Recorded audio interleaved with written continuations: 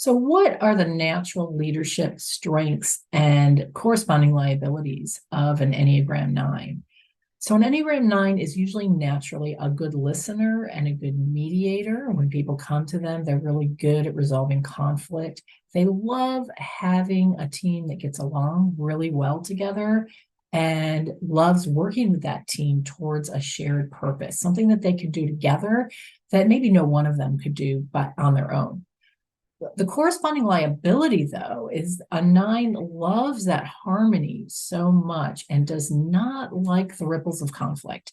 And so, because of that, the nine will tend to avoid conflict and sometimes not see issues, sort of ignore or distract themselves from issues that might bubble into bigger problems later. But because they're so attached to the good feelings that everyone has, they might avoid the bad feelings. The other thing that tends to be a liability for the Enneagram Nine is one of the ways that they achieve harmony and good feelings with people is by stifling their own voice. So they often won't be clear with their team on where they want to go because maybe they're not clear with themselves on where they want to go.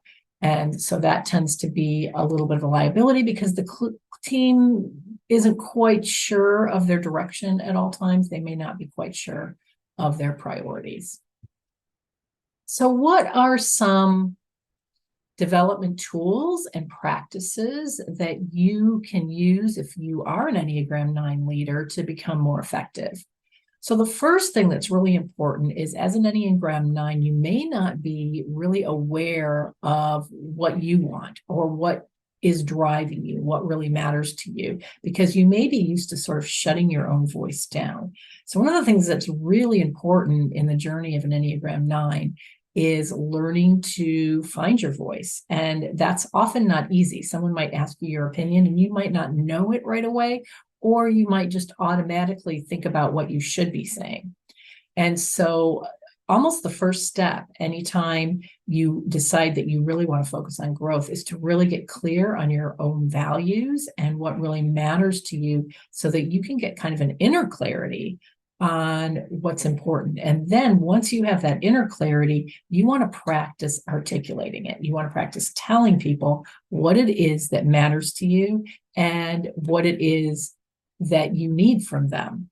So if you have a team, you want to be telling them what the goals are, what the steps are to get to those goals, and kind of continue to give them clear feedback. So that's the other thing, because we don't like a lot of negative feelings or negative conflict, then when it comes to giving negative feedback, even if it's really good or something important for someone to hear, an Enneagram 9 leader might avoid that or kind of cloud it with so much of the positive feedback sandwich that it's not really heard.